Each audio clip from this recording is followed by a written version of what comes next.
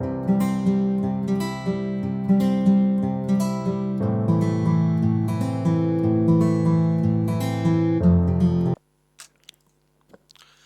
चलिए दोस्तों, income from other sources को स्टार्ट करते हैं। तो जैसा कि हम जानते हैं, लास्ट हेड हमारा बचता है इनकम फ्रॉम अदर सोर्सेस का। और अगर इसके सेक्शंस की हम बात करते हैं तो सेक्शन 56 से लेकर आपका 59 तक जो चार सेक्शंस हैं, ये इनकम फ्रॉम अदर सोर्सेस के हैं।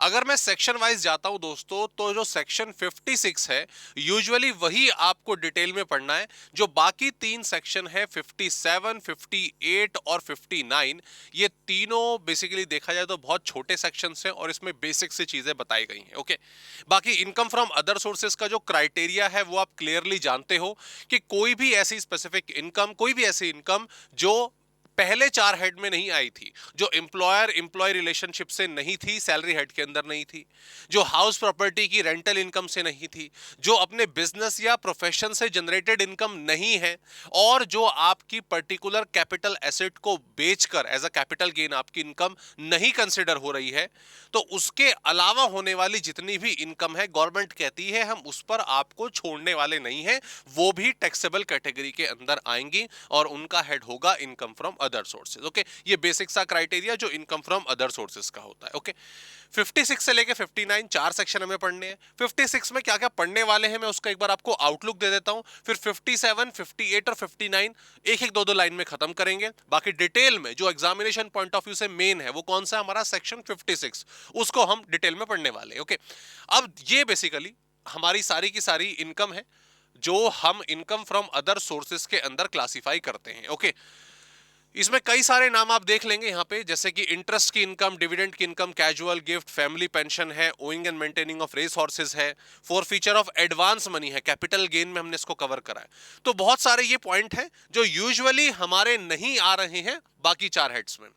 एग्जामिनेशन पॉइंट ऑफ व्यू से दोस्तों अगर मैं बात करूं, तो हालांकि इंपॉर्टेंट तो देखो सारा ही है, लेकिन कहते हैं थोड़ा कंटेंट में वजन हो, थोड़ा कंटेंट आपका बढ़िया हो, उसके मायने में आपका ये जो डिविडेंड वाला पोर्शन है और ये गिफ्ट वाला जो पोर्शन है, ये दो पॉइंट आपके एग्जामिनेशन पॉइंट ऑफ व्यू से काफी इंपॉर्टेंट है।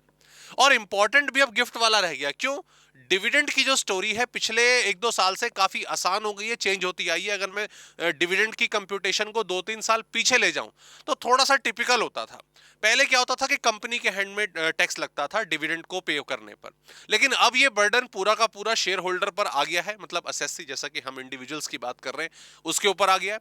कंपनी डिविडेंड देगी, वो डिविडेंड सिंपली एक कंज्यूमर की इनकम में ऐड हो जाएगा, ऐड होकर ग्रॉस टोटल इनकम में चला जाएगा और स्लैब रेट के अकॉर्डिंगली उसके ऊपर टैक्स लगेगा। इसके लिए कोई अलग से स्पेशल रेट नहीं है, कोई अलग से स्पेशल ट्रीटमेंट नहीं है। तो डिविडेंड की कहानी भी काफी हद तक अब बहुत आसान हो गई है। सिर्फ गिफ्ट को लेकर हमें जो मेन डिस्कशन है वो अपनी करनी है। ओके, तो चलिए शुरू करते हैं। उससे पहले जैसे मैंने बोला कि जो बाकी तीन सेक्शंस हैं उनके बारे में मैं थोड़ा थोड़ा आपको बता देता हूं। थोड़ा क्या, इतना ही है और कुछ इसमें है नहीं। वो क्या है? deduction allowable under 57 while computing income under the head other sources, expenses incurred in connection with earning of such income shall be allowed as deducted। Sir, ये खर्चे की बात होगी, एक्सपेंसेस की बात हो गई। एग्जैक्टली जब पीजीबीपी की बात करते हैं तो यार हमें रिसीट्स मिली, अपना हमने मान लो कोई प्रोडक्ट हम बेच रहे हैं, हम ये अपना स्प्रे बेच रहे हैं। ओके, ये स्प्रे हमने 100 रुपए में बेचा। ओके, तो 100 रुपए जो हमारा रेवेन्यू रिसीव हुआ उस पर थोड़ी ना टैक्स लगेगा। इसमें से हमने वो सारे एक्सपेंसेस जो जो बनते हैं, डेप्रिसिएशन से लेकर सेक्शन 30 से लेकर पूरी लंबी की लिस्ट हमने पढ़ी, वो सारे माइनस होते हैं। ऐसे ही पीजीबीपी में है। जैसे एक एग्जाम्पल मैं आपको देता हूं, हाउस प्रॉपर्टी पढ़ते टाइम मैंने आपको बताया था कि मैंने मान लीजिए मैंने किसी से घर जो है रेंट पर लिया, मैं उसको रेंट पे करता हूं, तो उसको जो मैं रेंट पे कर रहा हूं उसके लिए वो इनकम फ्रॉम हाउस प्रॉपर्टी है। एग्जैक्टली मैंने उसी घर को उसमें थोड़ा चेंज करके फर्नीचर वगैरह ऐड ऑन करके वगैरह वगैरह ये फिर फर्दर आगे सबलेट कर दिया। ओके, दूसरी चीज, ये मेरा मेन प्रोफेशन नहीं है। अगर मेन प्रोफेशन होता तो पीजीबीपी में जाता, वहां नहीं जा रहा, गवर्नमेंट के लिए हम छोड़ेंगे नहीं, हम अदर सोर्सेज में टैक्स लगाएंगे। तो मैंने सबलेट करके, सबलेटिंग से जो भी इनकम जनरेट करूंगा, जो भी रेवेन्यू जनरेट करूंगा, वो डायरेक्टली टैक्सेबल नहीं होगा। उसको मैनेज करने में मेरे जितने भी एक्सपेंसेस हुए हैं उसको मेरे को माइनस करने का राइट है। मैंने वहाँ पे बिजली के लिए मैं थोड़ी मेंटेनेंस बिठाई, मैंने वहाँ पे जो फर्नीचर वगैरह लगाया है उसको मैंने रेंट पे लिया है, मैंने वहाँ पे एक चौकीदार रखा है, तो जो भी रिलेटेड एक्सपेंडिचर है वो मैं अपने रेवेन्यू से लेस कर सकता हूँ। ये अथॉरिटी सेक्शन 57 मुझे देता है। लेकिन क्या सारे के सारे एक्सपेंसेस डिडक्टेबल हैं? क्या सारे के सारे केसेस में हमें डिडक्शन एलिजिबल होगी? नहीं। तो यहां पर आ गया आपका सेक्शन 58। वो दो चीजों की तरफ इशारा करता है। एक तो आपके पर्सनल एक्सपेंसेस, आपके कोई पर्सनल बेसिक सी चीज हमने पीजीबीपी में पढ़ा कि जो पर्सनल एक्सपेंसेस हैं उनको आप माइनस नहीं करेंगे। ओके, दूसरा ऑब्वियसली अलाउड टू बी और capital expenditure, capital expenditure personal expense PGBP की तरह हो गया। दूसरा, ये चीज आपकी इंपॉर्टेंट है सेक्शन 58 की, जब भी हम बात करेंगे, हालांकि ऑलरेडी आपने पढ़ लिया होगा, जब भी हम बात करेंगे किसकी, लॉटरीज की बात कर रहे हैं, क्रॉसवर्ड पजल्स की बात कर रहे हैं, हॉर्स रेसेस की बात कर रहे हैं, ठीक है, कार्ड गेम्स की बात कर रहे हैं, ठीक है, और अच्छा हॉर्स रेसेस में सभी आ गए जो, हालांकि इंडिया में हॉर्स रेसेस ही होती हैं, बाकी तो रेसेस नहीं है, जैसे डॉग्स की भी रेस होती है और कैमल रेस भी होती है। कैमल रेस भी इंडिया में नहीं है, मेरे ख्याल से सिर्फ हॉर्स रेसेस ही होती है। ओके, वटएवर, गैम्बलिंग है, बैटिंग है, in short the term word आपने दिमाग में ले आए होंगे, कैजुअल इनकम वाला जो पोर्शन है, कैजुअल इनकम में कोई भी एक्सपेंस अगर आप करते हो तो वो डिडक्टेबल नहीं होता, उसकी डिडक्शन की परमिशन नहीं होती है। क्लियर? आपने लॉटरी का टिकट खरीदा, लॉटरी का टिकट आपका मान लीजिए 100 रुपए का आया, आपकी लॉटरी लगी 1000 रुपए की, तो इसका मतलब ये नहीं कि 900 रुपए टैक्सेबल होंगे, नहीं, पूरा का पूरा 1000 टैक्सेबल होगा। ओके, एंड सेक्शन 59 की जब हम बात करते हैं, अगर आपने अकाउंटिंग ट्रीटमेंट करी अपने प्रॉफिट की, आपने क्या करा, रेवेन्यू में से अपने जो एक्सपेंसेस हैं, एक्सपेंसेस को माइनस करा, और सर जो प्रॉफिट आया उसको हम टैक्सेबल करेंगे। ओके, सिंपल सी बात। अब मान लीजिए फ्यूचर में, वही बैड डेट रिकवर्ड वाली कहानी हो गई, ठीक है, मान लीजिए फ्यूचर में ये एक्सपेंसेस रिकवर हो जाते हैं, अगर ये एक्सपेंसेस रिकवर हो जाते हैं तो ये रिस्पेक्टिव ईयर में टैक्सेबल हो जाएंगे। ये सिंपल से, तो तीन छोटे छोटे सेक्शन 57, 58, 59। 57 कहता है हां जी अपने खर्चे माइनस कर लीजिए, उसके बाद सेक्शन 58 कहता है पर्सनल और कैपिटल नेचर के मत करना और कैजुअल इनकम के मत करना, और 59 कहता है अगर आपने कोई एक्सपेंस वगैरह क्लेम करा था अपनी कंप्यूटेशन को कैलकुलेट करते टाइम और वो भविष्य में आपको, फ्यूचर में आपको रिकवर हो जाता है, तो वो आपका टैक्सेबल होगा। ओके, तो ये बाकी तीनों सेक्शन की कहानी हो गई। अब हम अपने सेक्शन 56 के अंदर कौन कौन सी आपकी चीजें आ रही हैं जो इनकम फ्रॉम अदर सोर्सेज में टैक्सेबल होंगी, आइए उनकी तरफ नजर डालते हैं। सबसे पहले आ जाती है फैमिली इनकम, अरे सबसे ऊपर आ जाती है आपकी family income. Okay, pension, family income कह रहा हूं, माफ कीजिएगा, फैमिली पेंशन। ओके, पेंशन की ट्रीटमेंट हम सैलरी में ऑलरेडी पढ़ चुके हैं सर, ये कौन सी पेंशन आ गई? देखो, पेंशन अगर हम बात करें सैलरी वाली, वो क्या है, वो स्पेसिफिकली एम्प्लॉय को मिली है। ओके, एम्प्लॉय को मिली है, that will be taxable under the, मतलब एक्स एम्प्लॉय, पहले एम्प्लॉय था, अब छूट गया, लेकिन वो अभी है, उसको अमाउंट मिल रहा है, तो वो सैलरी के अंदर टैक्सेबल होगी। लेकिन अगर वो नहीं रहा और अमाउंट उसके सर्वाइवल के लिए, उनकी फैमिली के सर्वाइवल के लिए फैमिली को दिया जाता है, तो उसे फैमिली पेंशन बोलेंगे। क्या फैमिली पेंशन सैलरी हेड के अंदर टैक्सेबल होगी? ऑब्वियसली नहीं, जब एम्प्लॉय ही नहीं रहा तो सैलरी हेड का क्या मतलब? ये टैक्सेबल होगी for the family under the head of income from other sources. Okay, that's it, ये सिंपल सी बात हो गई। तो जो फैमिली पेंशन है वो टैक्सेबल है, फैमिली पेंशन जो है वो टैक्सेबल है इनकम फ्रॉम अदर सोर्सेज में, लेकिन इसके लिए वही छोटा सा फॉर्मूला आप हमेशा की तरह लगाएंगे, वो क्या है, रिसीव्ड माइनस एग्जेम्प्टेड। ठीक है जी। सर एग्जेम्प्टेड क्या है? एग्जेम्प्टेड का बड़ा सिंपल सा फॉर्मूला है, 1/3 ऑफ रिसीव्ड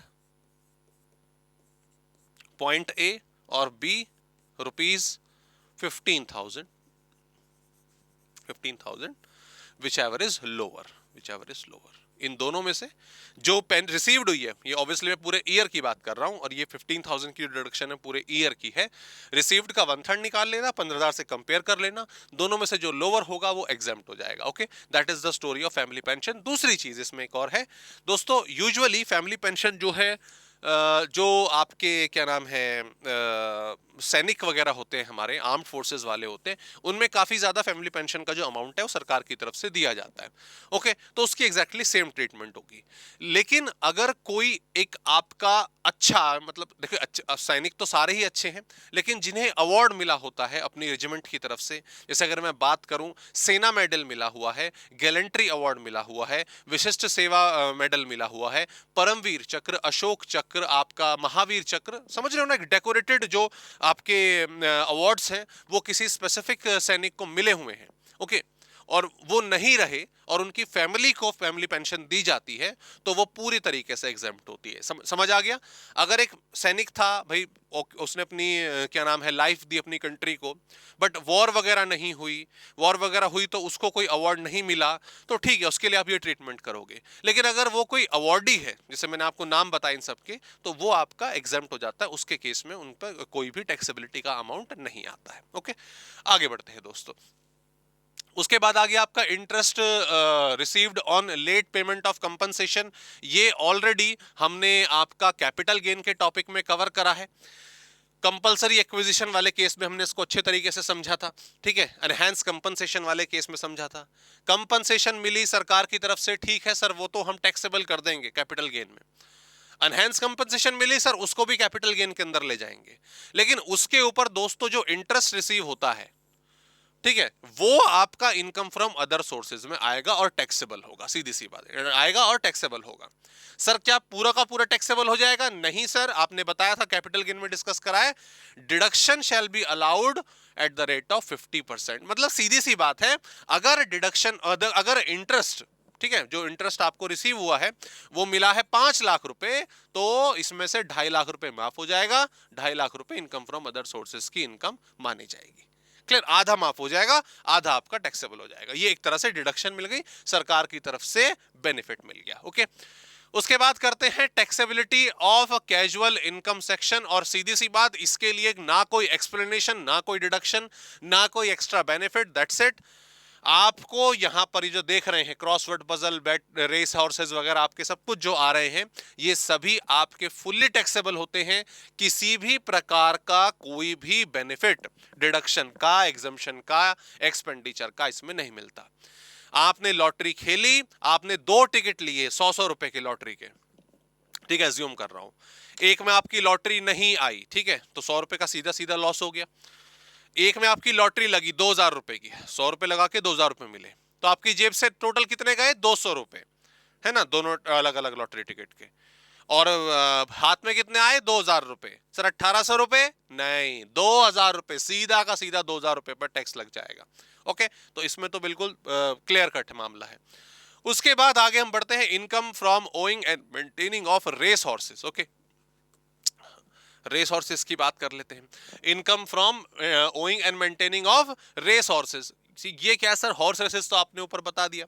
ओके दोस्तों, हॉर्स रेसेस मैंने आपको बता दिया, लेकिन जो हॉर्स रेसेस में घोड़े दौड़ते हैं उनको भी अलग से मेंटेन करके तैयार करना, उनका ट्रेनिंग करना, उनका हिसाब किताब जो है बना के रखना कि भाई आगे चल के रेस में दौड़ेंगे, तो ये एक क्या नाम है, ये भी एक बिजनेस होता है, ये भी एक प्रोफेशन होता है।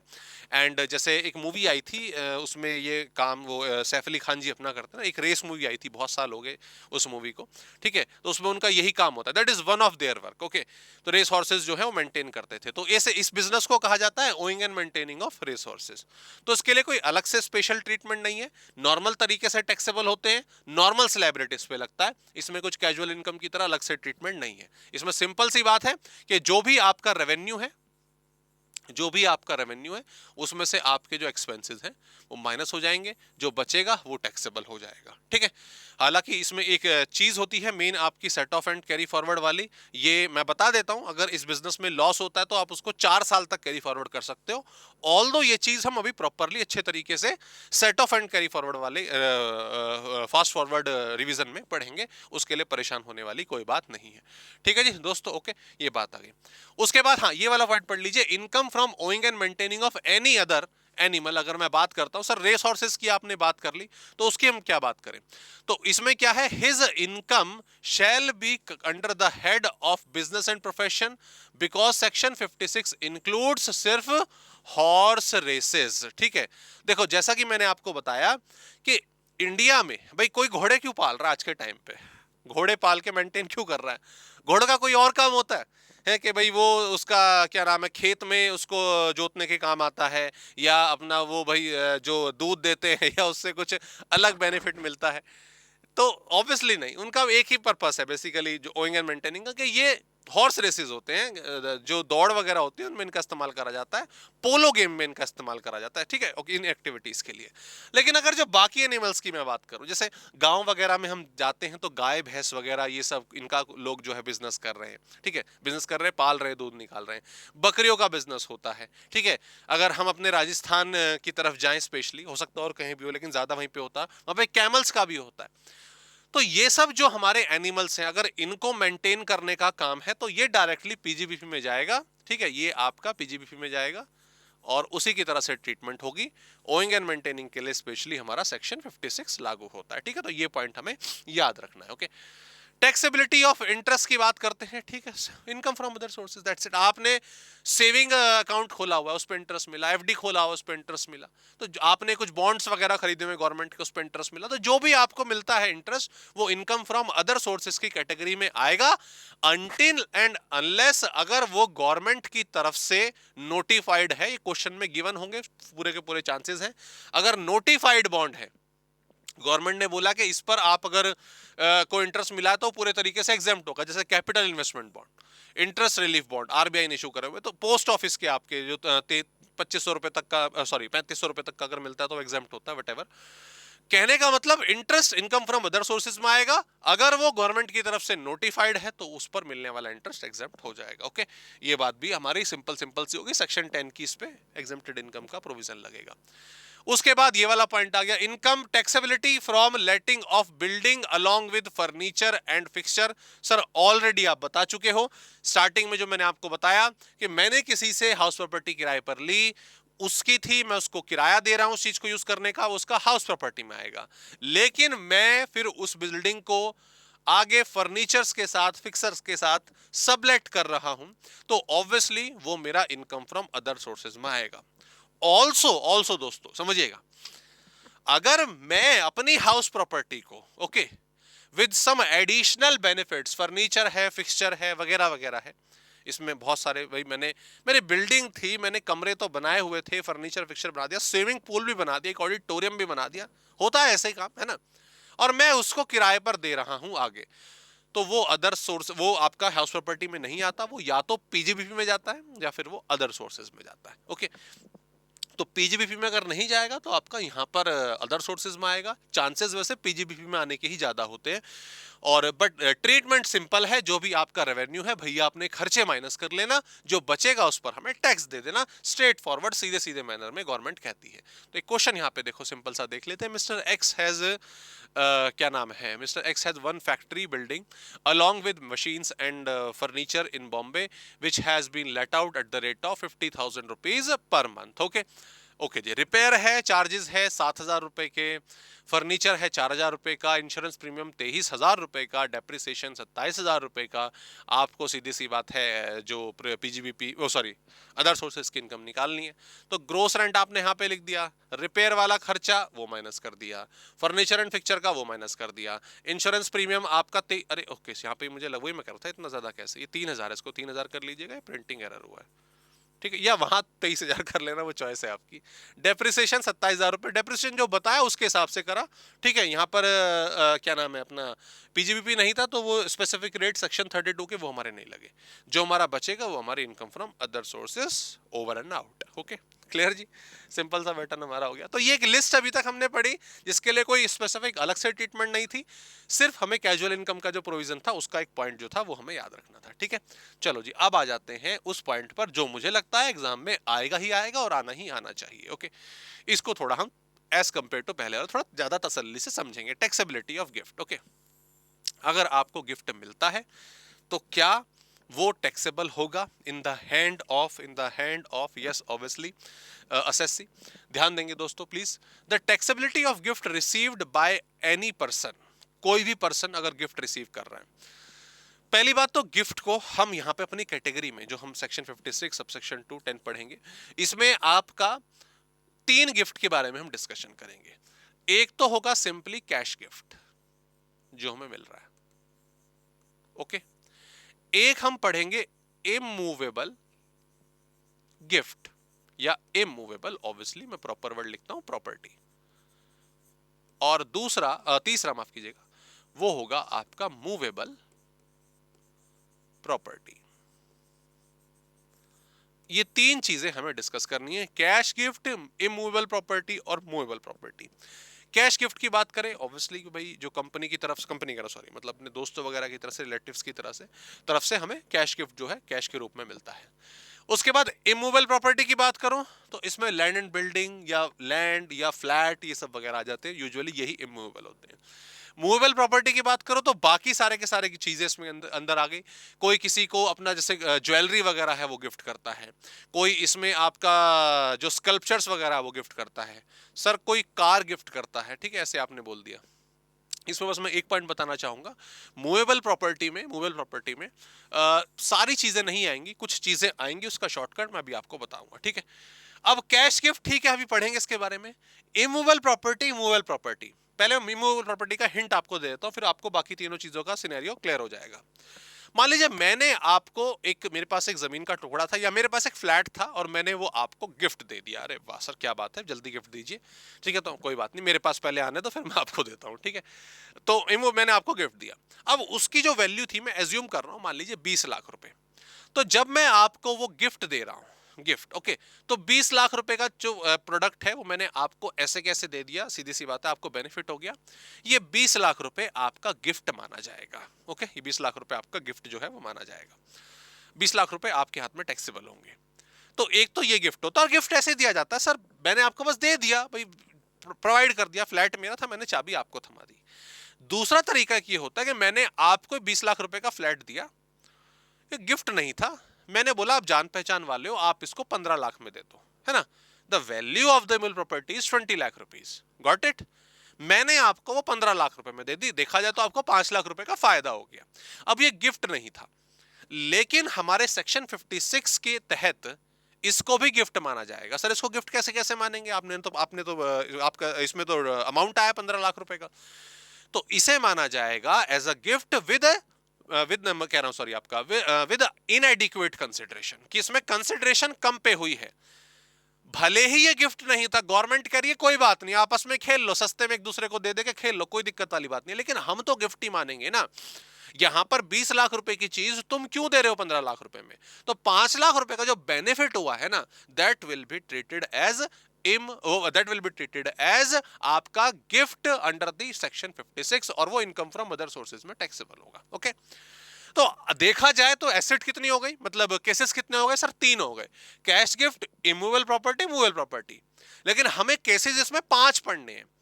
कैश गिफ्ट तो ठीक है अपनी जगह पढ़ेंगे हम। इमूवेबल प्रॉपर्टी की अगर मैं बात करता हूं तो ये क्या है, एक तो फ्री में और एक with come consideration, इनएडिक्वेट consideration, 2 case बन गए। और ऐसा ही पढ़ेंगे हम आपका मूवेबल प्रॉपर्टी में, भाई मैंने आपको एक गोल्ड का कुछ भी आप गिफ्ट दे दिया, ओके, बस सर आज बहुत गिफ्ट दे रहे हो, ठीक है, बिल्कुल बिल्कुल देंगे, जल्दी आइएगा मिलने, मैं आपको गिफ्ट देता हूँ सारे के सारे। मैंने आपको गोल्ड का मान लीजिए कुछ 1 लाख रुपए का, 2 लाख रुपए का गिफ्ट दे दिया, ओके, 2 लाख रुपए गिफ्ट दे दिया, ठीक है, आप मार्क्स अच्छे लेकर आ रहे, क्या बात है, टॉपर बने आप, मैंने आपको गिफ्ट दिया, है ना। तो गिफ्ट सीधी सी बात, गोल्ड का गिफ्ट दिया, ठीक है, एम नहीं कुछ भी दे दिया, गोल्ड का गिफ्ट दिया, तो वो क्या हुआ आपका इमूवेबल प्रॉपर्टी का गिफ्ट, कंप्लीट गिफ्ट। एक होता है 2 लाख रुपए का गिफ्ट दिया, मैंने कहा ठीक है यार तो मुझे इसके 80,000 रुपए दे दे, है ना, दैट इज विद इनएडिक्वेट कंसिडरेशन। तो ये 5 केस बन जाएंगे, एक इसका, 2 इसके, 2 इसके, ओके, समझते हैं। सबसे पहले ये सिंपल वाला अपना, सबसे पहले कैश गिफ्ट का सीधा सीधा हिसाब किताब, कैश गिफ्ट का सीधा सीधा हिसाब किताब कि भाई ड्यूरिंग द प्रीवियस ईयर मिला है, ठीक है ना, सर कैश के रूप में मिला है, कैश का रूप मतलब कैश, चेक, ड्राफ्ट वगैरह सब इसके अंदर आ जाएंगे, ठीक है, इवन इलेक्ट्रॉनिक मोड भी आ जाएगा, ओके। और ऑब्वियसली विदाउट कंसिडरेशन होगा, कैश गिफ्ट मिल रहा तो विदाउट कंसिडरेशन ही होगा ना। अगर मैं आपको 50,000 रुपए गिफ्ट के रूप में देता हूं और बदले में 30,000 रुपए गिफ्ट ले लेता हूं तो कोई लॉजिक नहीं बनाना, तो भैया 20,000 रुपए दे देता, तो ये विदाउट कंसिडरेशन ही होगा। और ये वैल्यू साल में 50,000 रुपए क्रॉस कर जाती है, 50,000 रुपए एक्सीड कर जाती है, जो पूरा का पूरा अमाउंट है वो टैक्सेबल हो जाएगा। क्लियर? साल भर के दौरान अगर आपको कैश गिफ्ट के रूप में, ठीक है, गिफ्ट मिले और वो 50,000 रुपए से ज्यादा है, so that will be taxable under the head of income from other sources. याद रखिएगा, 48,000 रुपए के गिफ्ट मिले कोई दिक्कत वाली बात नहीं, 49,000 के मिले कोई बात नहीं, 50,000 भी मिला, एग्जैक्ट 50,000 रुपए मिले तो भी कोई बात नहीं, लेकिन जैसे ही 50,000 से 1 रुपया भी एक्सीड हो रहा है, पैसों में तो बात नहीं होती, 1 रुपया भी एक्सीड हो रहा है, तो पूरा का पूरा अमाउंट आपका इनकम फ्रॉम अदर सोर्सेस की हेडिंग में टैक्सेबल हो जाएगा। Got the point? क्लियर? समझ आ गई बात? That's it sir. हाँ जी, ये चीज बिल्कुल क्लियर है। अब बात करते हैं इमूवेबल प्रॉपर्टी की, यानी इमूवेबल प्रॉपर्टी। मैं इधर आ जाता हूं इसके लिए पहले थोड़ा सा। दोस्तों, जब मैं आपकी इमूवेबल प्रॉपर्टी की बात कर रहा हूं, इमूवेबल प्रॉपर्टी, ओके दोस्तों, इसमें मैं आपको बता चुका हूं कि दो केस हम पढ़ने वाले हैं। एक तो हम पढ़ेंगे आपका विदाउट कंसिडरेशन,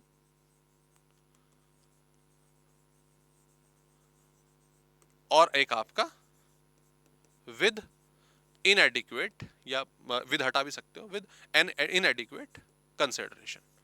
पूरा लिख लीजिएगा, इनएडिक्वेट कंसिडरेशन। ओके, पहले प्रॉपरली समझते हैं आपका विदाउट कंसिडरेशन वाला केस। दोस्तों, मैंने आपको 3 प्रॉपर्टी गिफ्ट करी है, मैंने आपको 3 प्रॉपर्टी गिफ्ट करी है। एक प्रॉपर्टी की वैल्यू थी आपकी, अच्छा सर वैल्यू कैसे डिसाइड होगी? वो ऑब्वियसली जो स्टैंप ड्यूटी वैल्यू की मैं बात कर रहा हूं, ठीक है, उसकी वैल्यू थी, मान लीजिए इसकी थी 5 लाख रुपए, इसकी थी आपकी 1.5 लाख रुपए, ऐसा बड़ा छोटा सा कर दिया आपने 1.5 लाख रुपए का, और एक थी 40,000 रुपए। अरे सर ये प्रॉपर्टी कहां खरीद ली, ठीक है, 40,000 रुपए की। ओके, समझ आ गया? दोस्तों, मैंने आपको 3 गिफ्ट दिए। ये 3 गिफ्ट आपके, अगर मैं देखूं बेसिकली, ये 3 गिफ्ट अगर मैं देख रहा हूं, यहां पर आपके 50,000 रुपए की स्टैंप ड्यूटी वैल्यू, 50,000 रुपए की स्टैंप ड्यूटी वैल्यू से कौन कौन घर एक्सीड कर रहे हैं, पहले तो ये समझो। 3 प्रॉपर्टी है ना, 3 प्रॉपर्टी है, 3 प्रॉपर्टी को आप चाहे तो नाम दे दो sir, a property, B property, C property. इन तीनों में पहले तो ये चेक करो कि कौन सा घर जो है, कौन सी जो प्रॉपर्टी है वो 50,000 रुपए की स्टैंप ड्यूटी वैल्यू से एक्सीड हो रही है।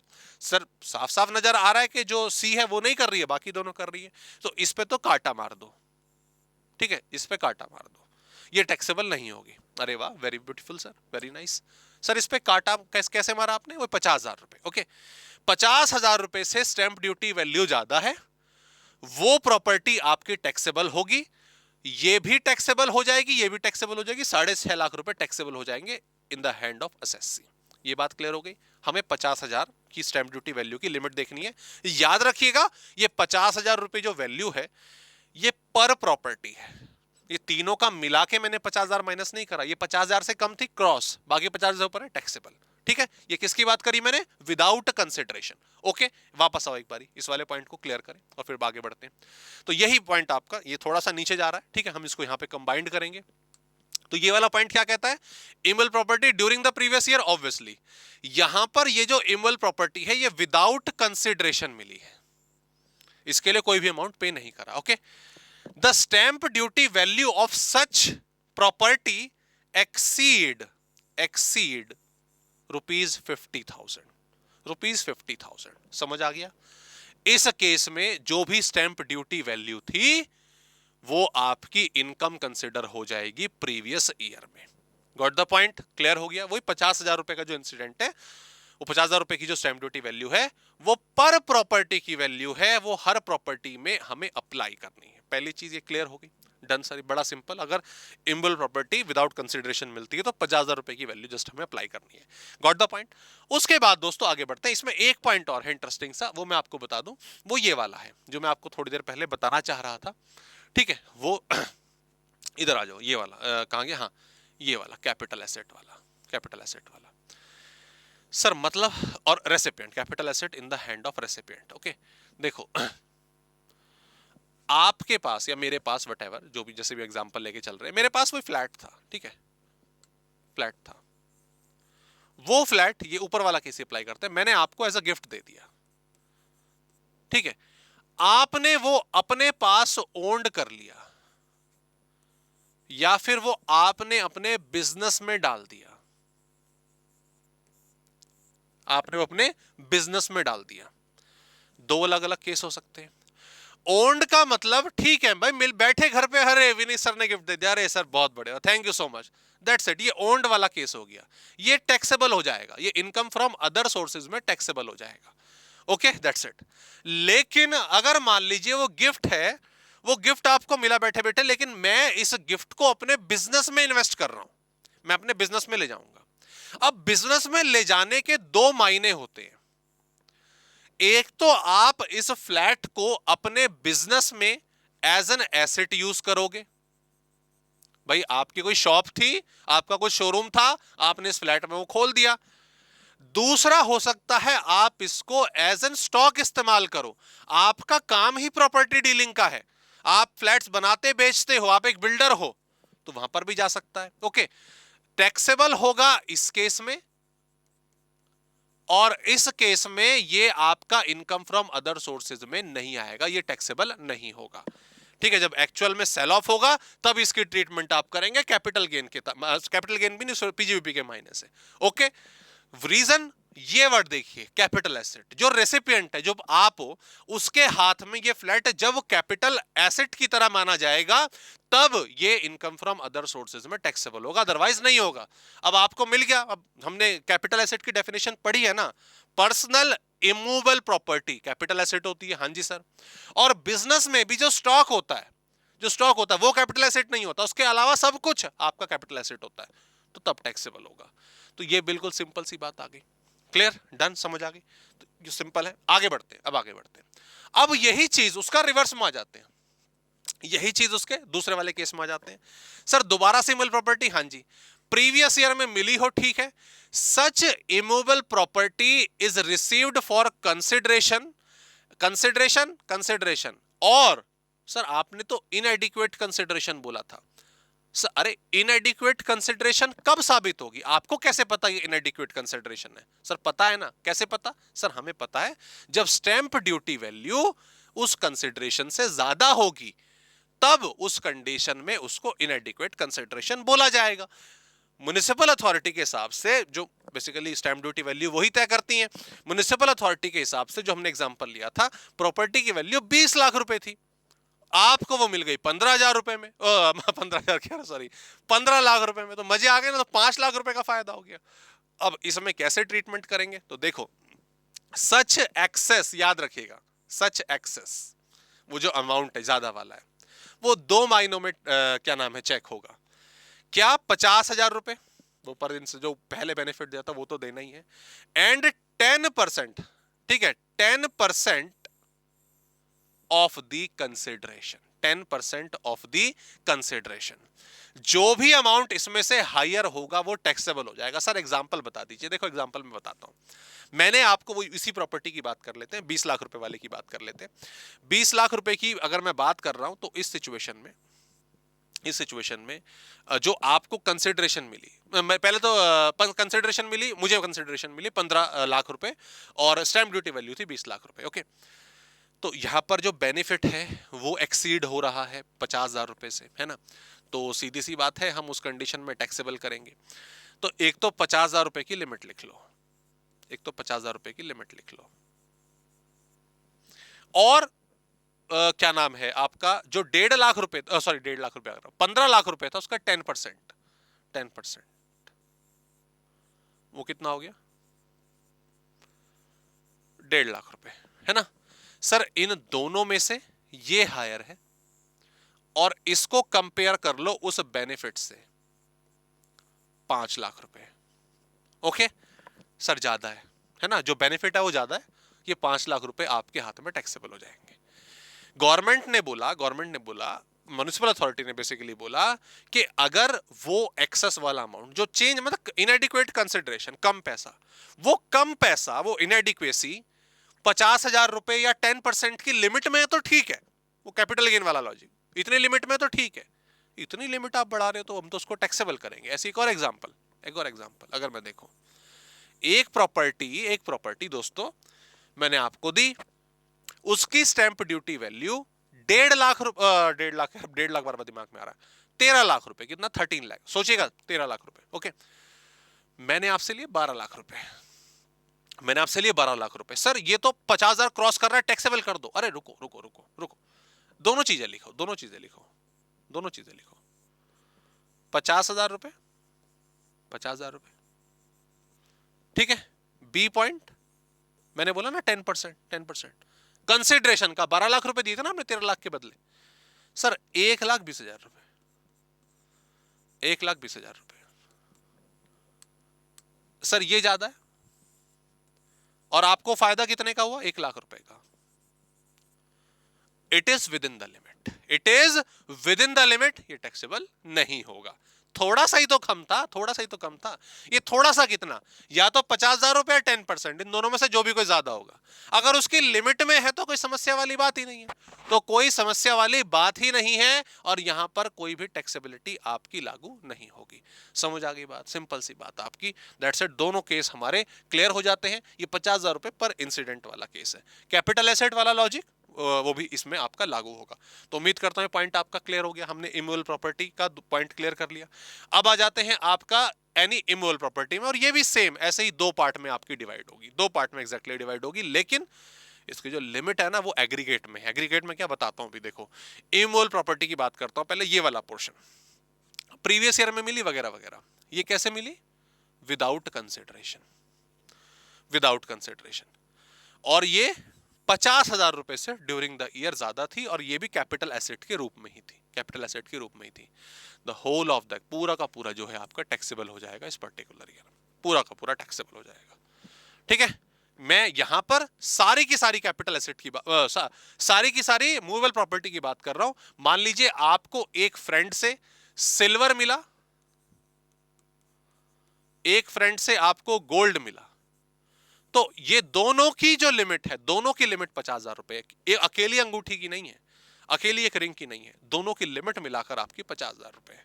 यहां तक आई होप ये चीज क्लियर हो गई। लेकिन सेम चीज एग्जैक्टली जब हम लगा देते हैं, एनी मूवेबल प्रॉपर्टी अगर वो कंसिडरेशन के लिए मिले, लेकिन वो कंसिडरेशन इनएडिक्वेट है, मार्केट प्राइस से कम पे है, और कितने का बेनिफिट हो गया एग्रीगेट में, सर 50,000 रुपए का बेनिफिट हो गया आपको, 50,000 रुपए का बेनिफिट हो गया, उससे ज्यादा सस्ती मिल गई आपको। कोई गिफ्ट, कोई ज्वेलरी थी, वो ज्वेलरी 2.5 लाख रुपए की थी, वो आपको मिल गई 1,80,000 रुपए में, 1,80,000 रुपए में। सीधी सी बात है, पूरी प्रॉपर्टी आपकी टैक्सेबल हो जाएगी, डन, समझ आ गया। दूसरी चीज, लास्ट पॉइंट इसमें याद रखेंगे, दैट्स इट, गिफ्ट वाला पोर्शन हमारा कवर हो गया। ठीक है, ये जो 50,000 रुपए की लिमिट है ना, ये 50,000 रुपए लिमिट इन दोनों की मिलाकर है सर। मतलब मान लीजिए आपको गोल्ड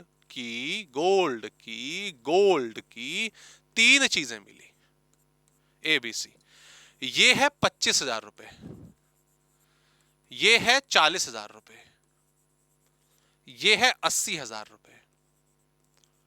ठीक है, ये फ्री में मिली, ये फ्री में मिली, इसके लिए 50,000 रुपए दिए। ओके, इन सबको जोड़ा, ओके, जोड़ा तो कितना अमाउंट आ गया आपका, 1,20,000 और 1,45,000, ये एक्सीड हो रहा है 50,000 रुपए, माइनस करके 95,000 आपके हाथ में टैक्सेबल हो जाएंगे। ठीक है, ये 50,000 रुपए सबकी ओवरऑल लिमिट है, दैट्स इट, वहां से आपको माइनस करना है। 50,000 रुपए से आपके ओवरऑल गिफ्ट की वैल्यू, ओवरऑल बेनिफिट आपको 50,000 से ज्यादा में हुआ, 145 का हुआ, दैट्स इट। उसमें से कंसिडरेशन जो आपको रिसीव, जस्ट वो माइनस कर दो, दैट्स इट। पहले खाली इसको देखो, ये 50,000 से एक्सीड हो रहा है, हाँ जी टैक्सेबल होगा सर, ओके, टैक्सेबल होगा तो उसमें से माइनस करो कंसिडरेशन, सर 50,000 रुपए टैक्सेबल, ये अमाउंट आपका टैक्सेबल हो जाएगा। Got the point, clear, done, that's it. तो ये हमने इमूवेबल प्रॉपर्टी का बात करी दोस्तों। मैंने इसके कई सारे क्वेश्चंस डाले हैं, आइए कुछ क्वेश्चंस इसके प्रैक्टिस करते हैं। कुछ आप प्रैक्टिस करेगा, कुछ ऑब्वियसली मैं आपको इसमें क्या नाम है एग्जांपल बताता हूं। हाँ, ये वाला पॉइंट, 2-3 पॉइंट है, ये मैं क्वेश्चन के साथ आपको एक्सप्लेन करता हूं, ठीक है। या न्यूमेरिकल का उससे पहले आओ आपको एक थोड़ा सा ओवरव्यू दे देता हूं दोस्तों। जैसे कि मैंने आपको बता दिया कि अगर कोई पर्टिकुलर एसएससी रिसीव करता है गिफ्ट्स तो वो आपके टैक्सेबल हो जाएंगे इनकम फ्रॉम अदर सोर्सेज में। दैट्स इट, ये सीधी सी बात है, ठीक है। लेकिन कुछ केसेस हैं जिसमें गिफ्ट टैक्सेबल नहीं होगा, दैट्स इट, इतनी बात याद रखनी है। कैश गिफ्ट मिले, 50,000 की लिमिट हमने लगाई, उसके हिसाब से टैक्सेबल कर दिया। इमूवेबल मूवेबल में हमने देखा कि मूवेबल में 50,000 रुपए की लिमिट है, और इमूवेबल में स्टैम्प ड्यूटी वैल्यू कैलकुलेशन हमने देखी 50,000 और 10% के हिसाब से। ओके, ये सभी गिफ्ट हमारे अगर मिलते हैं तो हमारे लिए टैक्सेबल होंगे। लेकिन कुछ केसेस हैं जिसमें टैक्सेबल नहीं होंगे। वो चीज क्या है, जैसा कि यहां पे बता रखा है कि अगर ये गिफ्ट मान लीजिए किसी रिलेटिव से मिलता है, या हमें इनहेरिटेंस में मिलता है, या हमें शादी के मौके पर मिलता है। मेन तो ये तीन है जिसके एग्जाम में आने के सबसे ज्यादा चांसेस होते हैं, ठीक है। तो ये बेसिकली तीन चीजें हैं जो एग्जाम में सबसे ज्यादा आती हैं, कि शादी के मौके पर गिफ्ट मिला है, किसी रिलेटिव से मिला है, या इनहेरिटेंस में मिला है, तो ये टैक्सेबल नहीं होगा। बाकी अदर केसेस, अगर वो लोकल अथॉरिटी गवर्नमेंट से कनेक्टेड किसी वे में आपको गिफ्ट मिला हो, ठीक है, गवर्नमेंट से कनेक्टेड वे में अगर आपको मिला हो, आपको एज अ डोनर वो मिला हो, तो इस सिचुएशन में भी ये टैक्सेबल नहीं होते। तो ये हमें याद रखना है। दूसरी चीज हमें याद रखनी है कि जैसे यहां पे बोला गया है फ्रॉम एनी रिलेटिव, तो रिलेटिव का मतलब क्या? तो दोस्तों रिलेटिव की डेफिनेशन तो देखो आपको याद करनी पड़ेगी, काफी लंबी चौड़ी डेफिनेशन है। हालांकि वैसे सिंपल है, इंडिविजुअल तो जैसे खुद है ही, तो स्पाउस हो गया, ब्रदर सिस्टर हो गए इंडिविजुअल के, साला साली स्पाउस मतलब कि जो ब्रदर सिस्टर है वो भी आ गए, ब्रदर सिस्टर आ गए पेरेंट्स के, ठीक है, parents of the individual, Lionel ascendant descendant जो है वो भी आ गया। तो ये डेफिनेशन है, वो डेफिनेटली आपको याद रखनी पड़ेगी थोड़ा सा, कि कौन फैमिली में आता है कौन फैमिली में नहीं आता है, ठीक है। That's it. चलो कुछ क्वेश्चंस वगैरह इसके, हालांकि क्वेश्चन मैंने डाले आप इसके, इसको आप सॉल्व कर सकते हो दोस्तों, विद सॉल्यूशन है। On the occasion of her marriage उसको गिफ्ट रिसीव हुए, सर ये टैक्सेबल नहीं होगा, ठीक है। और उसके बाद अगर हम बात करते हैं इस पर्टिकुलर डेट पर उसको 18,000 रुपए का गिफ्ट मिला कजन ऑफ हर मदर, ठीक है, तो वो हमें देखना है कि भाई फैमिली में आ रहा है कि नहीं आ रहा है, तो जैसे कैटेगरी में फॉल नहीं कर रहा है तो उसको टैक्सेबल नहीं करेंगे। इसके अलावा अगर हम बात करें 25,000 रुपए का गिफ्ट मिला है, कहीं दूर का रिश्ता ही लग रहा है, तो ये टैक्सेबल हो जाएगा। तो इस तरीके से गिफ्ट की टैक्सेबिलिटी आप कैलकुलेट कर सकते हैं। क्वेश्चंस मैंने विद सॉल्यूशन डाले हैं, तो रिवीजन के लिए आप लोगों के पास एक अच्छा कंटेंट है। ये दोस्तों मेन क्लासेस में भी मैं यही क्वेश्चंस कराए हैं मैंने, तो ये एक अच्छा कंटेंट जनरेटर आपके लिए रहेगा इनकम फ्रॉम अदर सोर्सेज का, ठीक है। अब आ जाते हैं अगले मुद्दे पर, जो कि है हमारा taxability of dividend. Okay, taxability of dividend, जैसा कि मैंने आपको बताया, अब तो बहुत ज्यादा आसान हो गया, पहले थोड़ी सी इसमें कॉम्प्लिकेशन। डिविडेंड डिस्ट्रीब्यूशन टैक्स आपका, कॉर्पोरेट डिविडेंड टैक्स आपका पहले लगता था सीडीडी डीडीटी आपका 16%, 23%, अलग अलग रेट इसके हुआ करते थे। अब तो समय हो गया, लेकिन अब कुछ समय से इसकी जो रूपरेखा है डिविडेंड की टैक्सेबिलिटी की वो बदली है। पहले स्टार्टिंग में जब रूल बदला था तब 10 लाख रुपए तक का डिविडेंड माफ होता था। अगर आपको पूरे साल भर में 10 लाख रुपए तक का भी डिविडेंड मिला है तो वो टैक्स फ्री होता था। लेकिन फिर दोबारा इसमें कुछ चेंजेस लाए गए, एंड द थिंग इज के वैसे बड़ी इंटरेस्टिंग चीज़ है कि कुछ साल पहले तक, अगर मैं 2016-17 की बात करूं, तो तब तो ना तो कैपिटल गेन टैक्सेबल होता था शेयर्स पर, ना डिविडेंड होता था। हालात बदल गए, पहले जैसे होते तो मजा आ जाता, सारे लोग आपके यहीं पर ही इन्वेस्टेड रहते अपने। खैर बहरहाल अब कंडीशन क्या है कि डिविडेंड सर प्रॉपरली अपनी शेयर होल्डर की इनकम में जुड़ेगा और टैक्सेबल हो जाएगा। दैट्स इट, ये वाला पॉइंट आ गया। तो any dividend declared and distributed paid by the company वगैरह वगैरह वगैरह इन द प्रीवियस, और करा है, डिक्लेयर करा है, डिस्ट्रीब्यूट करा है, पेड करा है, ठीक है, वो टैक्सेबल हो जाएगा। एनी इंटरिम डिविडेंड, अच्छा हाँ ऑब्वियसली डिविडेंड इसमें दोनों तरह के होंगे। Any interim dividend shall be deemed to be the income of the previous year in which such amount of dividend is unconditionally made available by the company to its member. कहने का मतलब, जैसे कि अगर मैं बात करता हूं डिविडेंड की, तो डिविडेंड जिस ईयर में यूजुअली डिक्लेयर होता है तभी उसी ईयर में टैक्सेबल हो जाता है। इंटरिम डिविडेंड जब रिसीव होगा तब टैक्सेबल होगा। सिंपल सी छोटी सी पॉइंट आपको याद रखना है, ठीक है। उसके बाद दोस्तों ये डीम डिविडेंड वाला प्रोविजन जो है वो हम पढ़ लेते हैं। इसमें एकमात्र चीज समझने वाली जो हमारे बेसिकली इस कंटेंट में है वो डीम डिविडेंड की है, इसके अलावा एज सच और कुछ भी नहीं है। डीम डिविडेंड का मैं पहले आपको एक बारी आइडिया दे देता हूं, ये बेसिकली है क्या। डीम डिविडेंड का जो लॉजिक है वो ज्यादातर फॉलो होता है प्राइवेट सेक्टर की कंपनीज में, ठीक है। प्राइवेट सेक्टर की कंपनीज में इसकी टैक्सेबिलिटी हमें ज्यादा देखने को मिलती है। वो क्या है?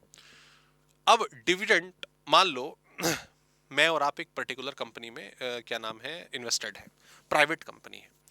आप मेरे रिश्तेदार कह लीजिए, आपके मतलब शेयर होल्डर तो आप हो ही, कंपनी में काम करते हो वगैरह वगैरह, हमारी कंपनी है।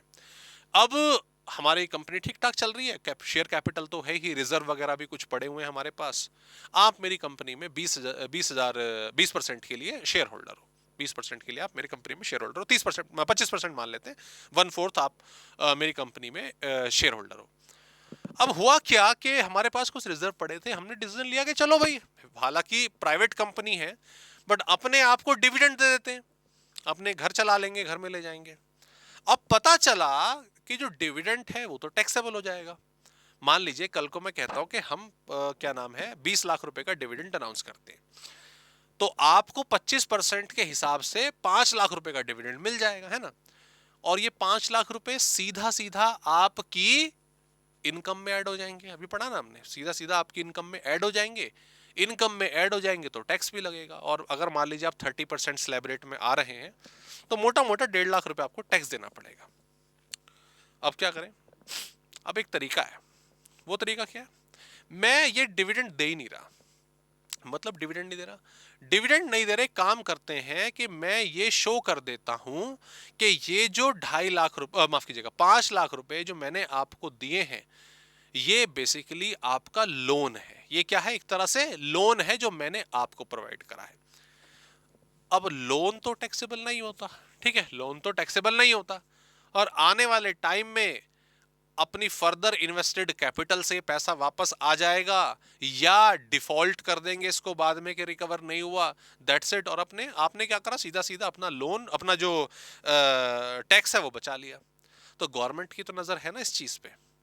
गवर्नमेंट कहेगी ऐसे नहीं चलेगा, ऐसे नहीं चलेगा। डिविडेंड, डिविडेंड वर्ड हम जानते हैं जो दिया गया है, ठीक है, डिविडेंड वर्ड हम जानते हैं। डिविडेंड वर्ड के साथ डीम्ड वर्ड लगा दिया। अगर इस तरह के सर्कमस्टांसेस अराइज होंगे, सो इन दैट केस जो लोन का अमाउंट है that will be treated as deemed dividend, उसको डिविडेंड मान लिया जाएगा और उसको डिविडेंड की टैक्सेबिलिटी के रूल से ही हम आपकी इनकम में टैक्सेबल करेंगे। इतनी सी बात है। क्लियर? तो ये एक एग्जांपल जो मैंने आपको दिया, इसके अलग अलग सिचुएशंस हैं, अलग अलग पॉइंट्स हैं, आइए उनको पढ़ लेते हैं। हमारा कंसेप्ट जो है डीम्ड डिविडेंड का क्लियर हो जाएगा। सबसे पहला आपका यहां पर आ गया क्या? Exactly distribution of accumulated profit entailing the release of company's asset, asset के रूप में दे दिया, ठीक है। यहां पर क्या है? Any distribution of accumulated profit whether capitalised or not by the company to his shareholder is dividend if it entails the release of all or any part of its asset। ये दूसरा एग्जांपल हो गया। मैंने तो बोला था reserve में से मैं 5 लाख रुपए दूं, लेकिन मैंने क्या करा, मैंने कंपनी की एक एसेट थी वो बेच दी, पैसे आए वो डिस्ट्रीब्यूट कर दिए। तो बात तो वही हुई ना, कान ऐसे ना पकड़ के घुमा के पकड़ रहे हो, पकड़ तो गा नहीं रहे हो ना, रिजर्व में से नहीं दे रहे तो एसेट बेच के दे रहे हो, ठीक है। तो ये तरीका डीम्ड डिविडेंड में माना जाएगा। इसके अलावा distribution of debenture, deposit certificates, share holder, bonus shares to preference share holder. Okay, याद रखिएगा, इक्विटी शेयर को जो बोनस शेयर मिलते हैं वो डिविडेंड नहीं माने जाएंगे, लेकिन प्रेफरेंस शेयर होल्डर को अगर आप बोनस शेयर दे रहे हो या डिबेंचर दे रहे हो या आपका डिपॉजिट सर्टिफिकेट दे रहे हो, ये दोनों डिबेंचर और डिपॉजिट सर्टिफिकेट किसी भी प्रकार के शेयर होल्डर को, इक्विटी या प्रेफरेंस, और बोनस शेयर अगर प्रेफरेंस शेयर को स्पेशली दे रहे हो, that will be treated as a deemed dividend as well. Same again, direct पैसा नहीं दे रहे है ना, डिबेंचर, मैंने लोन बोला ना, तो डिबेंचर भी क्या है, एक तरह से देखा जाए तो लोन का ही प्रारूप है, छोटे छोटे टुकड़ों में, अगर हम एक सिंपल सी लैंग्वेज में समझे तो सीधी सी बात, ये भी डिविडेंड की कहानी में आएगा। डिस्ट्रीब्यूशन ऑफ लिक्विडेशन, लिक्विडेशन के टाइम पर रिजर्व तक का अमाउंट आपका डिविडेंड माना जाता है, कैपिटल गेन में हमने कनेक्ट करा। और distribution on reduction of capital, वो भी डिविडेंड माना जाएगा। ये आपने अकाउंट स्मॉल लेडीज के बारे में काफी पॉइंट पढ़े होंगे। ये वाला जो पॉइंट था जो मैंने आपको बताया कि एक एनी एडवांस और loan by closely held company to its share holder, private company वाला जो केस था, जो लोन के रूप में प्रोवाइड करा जाएगा, वो आपका एक्यूमुलेटेड प्रॉफिट से अगर आप दे रहे हो up to the accumulated profit. भाई एक्यूमुलेटेड आपने, मैंने 5 लाख का दिया था ना आपको, क्या नाम है, क्या नाम है, जो फंड्स थे, जो लोन था 5 लाख तक का दिया था। कंपनी के रिजर्व 4 लाख के थे, कंपनी के रिजर्व 4 लाख के थे, तो डीम डिविडेंड 4 लाख का माना जाएगा, 1 लाख का लोन के। भाई ठीक है, तो ऊपर अब जा रहा अमाउंट, रिजर्व से ऊपर जा रहा अमाउंट, तो वो 1 लाख रुपए आपका लोन मान लेंगे। ठीक है, तो ये सारे के सारे पॉइंट दोस्तों हमारे यहाँ पर आ जाते हैं। इसमें 20% वाली जो लिमिट है ऑब्वियसली आपको वो लगानी है। ये खैर आपको रीड करने वाले point, it's very simple and straight forward. Okay, meaning of accumulated profit ये रीड कर लेना, हालांकि एग्जाम में इसका इतना लेना देना नहीं होता है दोस्तों। Okay, that's it. इसके अलावा तो एज सच और डिविडेंड में कोई पॉइंट नहीं है, सिंपल सा तरीका आपको यहाँ पे याद रखना है। तो दोस्तों मैंने आपको जो मेन पॉइंट आपके बताए इनकम फ्रॉम अदर सोर्सेज में, वो एक गिफ्ट वाला पॉइंट था और एक डिविडेंड वाला पॉइंट था। दोनों की टैक्सेबिलिटी स्ट्रेट फॉरवर्ड मैनर में किस तरीके से करनी है वो हमने एक्सप्लेन करी। गिफ्ट टैक्सेबिलिटी ऑफ गिफ्ट वाले जो न्यूमेरिकल्स हैं वो आप डेफिनेटली करिएगा। एक छोटा सा पॉइंट और देख लीजिए, shares issued by private company at a price exceeding their fair market value. ठीक है, exceeding their fair market value. Shares जो है प्राइवेट, उनकी फेयर मार्केट वैल्यू बेसिकली क्या थी, 100 रुपए थी। आप शेयर इशू कर रहे हो कितना, आपका 120 रुपए में। जो 20 रुपए की इनकम है वो इनकम फ्रॉम अदर सोर्सेज के अंदर ट्रीट करी जाएगी। ये सिंपल सा एग्जांपल इसमें बता रखा। और स्पेशली सर ऐसा तो होता है ज्यादा पे आप बेचते हो, लेकिन ये रूल आपका सिर्फ प्राइवेट कंपनी के ऊपर लागू होगा, बाकी अदर कंपनीज के ऊपर ये रूल लागू नहीं होता। ओके, जितने का सामान था आपका उतने में बेचिए। आप महंगे में किसको बेच रहे हो, प्राइवेट कंपनी के अंदर महंगे में आप किसको बेच रहे हो, जानकार को ही बेचोगे। तो 20 रुपए जो एडिशनल आ रहा है वो आपका इनकम फ्रॉम अदर सोर्सेज माना जाएगा। Shares are issued by closely held company to an Indian resident. ठीक है, पहला पॉइंट ये उसमें आता है। Shares issued at premium, higher value जो आपकी फेस वैल्यू से आपने करी है। In other words does not apply in case shares issued at par और एट डिस्काउंट। दूसरा, is the issue shares of the issue share should be more than the fair market value। मैं example आपको clear list का बता देता हूं, ये तीनों के तीनों पॉइंट आपके इसके क्लियर लिस्ट के अंदर आ जाएंगे। देखो, मान लीजिए जो फेस वैल्यू है किसी पर्टिकुलर शेयर की, फेस वैल्यू 100 रुपए है, ये फेस वैल्यू है। क्लियर, ये शेयर आपने इशू करा 120 में, 100 में और 90 में। ओके, तो ये वाला जो रूल है, ये वाला जो रूल बेसिकली आपका है, इसमें तो अप्लाई करना मत, इसमें अप्लाई नहीं होगा। 120 में आपने प्रीमियम पर ये इशू करा, ठीक है, 100 का 120 में बेचा। अगर फेयर मार्केट वैल्यू, अगर एफएमवी इसकी 120 ही है तो कोई टैक्सेबिलिटी वाली बात ही नहीं है। लेकिन मान लीजिए अगर 110 है, फेयर मार्केट वैल्यू कम है, तो भी अप्लाई नहीं होगा। और अगर फेयर मार्केट वैल्यू 130 रुपए है तो टैक्सेबल होगा 10 रुपए इनकम फ्रॉम अदर सोर्सेस की कैटेगरी में। इसके अलावा ऐसा इसका और कोई केस नहीं बनेगा। सिंपल सा स्ट्रेट फॉरवर्ड, ये पॉइंट आपको याद रखना है। ओके दोस्तों, तो ये प्रोविजन हमारा अप्लाई होता है बेसिकली जो सारा का सारा है इनकम फ्रॉम अदर सोर्सेज का। स्ट्रेट फॉरवर्ड टॉपिक है, सिंपल है, इतना other time usually capital gain और अपना क्या नाम है पीजीबीपी के मुकाबले इसमें नहीं लगता। ठीक है, तो प्लीज इसको कवर करिए। इसमें जो नेक्स्ट टॉपिक है हमारा set clubbing, set of carry forward deduction, उसको भी कंटिन्यू करते हैं।